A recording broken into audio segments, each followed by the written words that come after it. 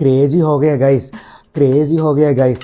ఇది cockroach Janata party అనే పేజ్లో ఉన్న ఒక చిల్లర్ వీడియో. అరే మీరు కాక్రోచ్ జనతా పార్టీ అని ఒక పార్టీ పెట్టి ఒక పేజ్ క్రియేట్ చేయగానే మీకు వచ్చిన ఫాలోయింగ్ చూస్తూ ఉంటే మైండ్ బ్లోయింగ్ అనిపించింది.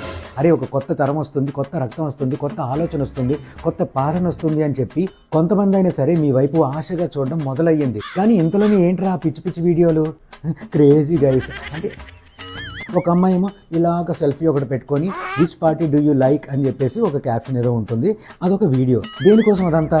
అన్నిటికంటే హైలైట్ ఏంటంటే ఒక అమ్మాయి మత్తుకాళ్ళతో చూస్తూ ఇట్లా ఇట్లా ఇట్లా ఇట్లా.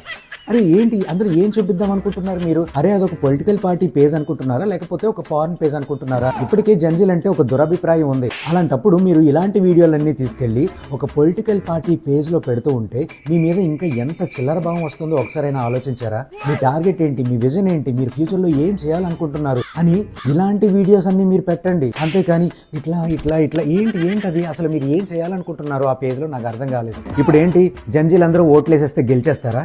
లేదు, మిగిలిన వాళ్ళందరినీ కూడా మీరు ఆకర్షించగలగాలి.